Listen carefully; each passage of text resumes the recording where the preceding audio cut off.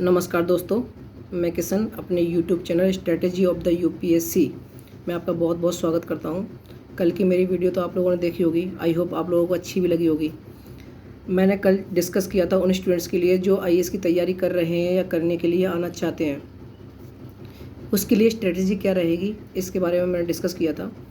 आज की मेरी वीडियो जीएस पेपर फर्स्ट के बारे में रहेगी, जो मेंस का पेपर है उसमें क्या क्या आता है। आई होप बहुत से लोग जानते भी होंगे और बहुत से लोग नहीं भी जानते होंगे, लेकिन कई लोगों को ये नहीं पता है कि जानने के बावजूद भी कि उसको किस पोर्शन पर सबसे ज़्यादा ध्यान देना है। अगर हम जीएस पेपर फर्स्ट की बात करें मेंस की, तो उसमें क्या आता है ये आपको पता होना चाहिए। पहला ये ज्योग्राफी में दोनों world and Indian. World geography का मतलब यहाँ पे मैपिंग सेक्टर से है मेरा। बाकी ज्योग्राफी में तो आपको पता ही है, एक बेसिक होता है। बेसिक में जैसे जियोमॉर्फोलॉजी, ओशिनोग्राफी, क्लाइमेटोलॉजी, ठीक है।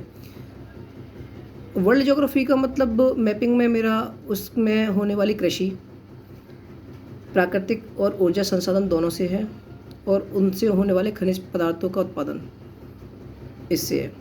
कहाँ पे भेड़ पालन होता है, कहाँ मत्स्य उत्पादन होता है। मत्स्य पालन भी होता है, मत्स्य उत्पादन भी होता है, दोनों ही होते हैं। मत्स्य पालन मतलब उनकी फिशिंग की जाती है, जैसे आपको पता ही होगा डॉवर बैंक वगैरह आपके उनके बारे में आप जानते होंगे। लेकिन उत्पादन का मतलब ये है कि उनको लेने के बाद में उसकी पैकिंग होती है, ठीक है, बहुत बड़े पैमाने पे।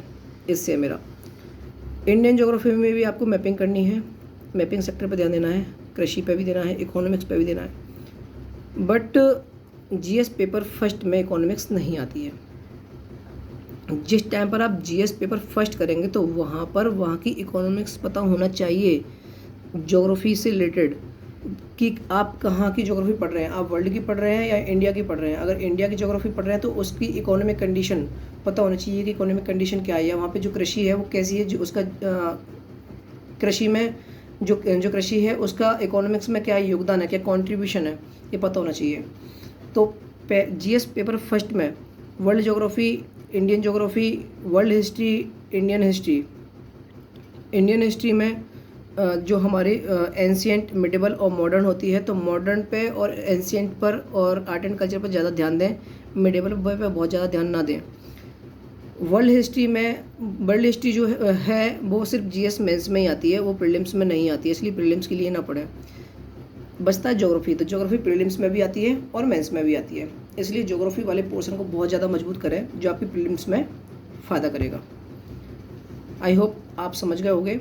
कल की वीडियो में सेकंड पेपर के बारे में डालूंगा, जीएस सेकंड पेपर में क्या आता है और प्रीलिम्स में क्या आता है और मेंस में क्या आता है, इसके रिगार्डिंग होगी। पहली में तो आप समझ ही चुके होंगे कि इसमें बहुत ज़्यादा कुछ नहीं आता, सिर्फ वर्ल्ड ज्योग्राफी और इंडियन ज्योग्राफी पर ज़्यादा ध्यान देना, जो प्रीलिम्स में आती है और मेंस में भी आती है, इसलिए सबसे ज़्यादा ध्यान देना है। प्लस मॉडर्न हिस्ट्री पे, आर्ट एंड कल्चर पे ज़्यादा ध्यान देना है। एंशिएंट पे भी ध्यान दे देना, बट उतना बहुत ज़्यादा मत देना कि उसमें फंस के रह जाओ आप। मॉडर्न हिस्ट्री, उसके बाद में स्वतंत्रता के बाद का भारत, ये मेंस के लिए बहुत इंपॉर्टेंट टॉपिक है और इसको पढ़ना ही होगा आपको। साथ में ये प्रीलिम्स में भी इससे एक आध क्वेश्चन बन जाता है, तो प्लीज़ इस पर फोकस ज़्यादा करें, ठीक है। आई होप आप सब समझ चुके होंगे। कल की वीडियो में सेकंड पेपर के रिगार्डिंग बनाऊंगा, ठीक है।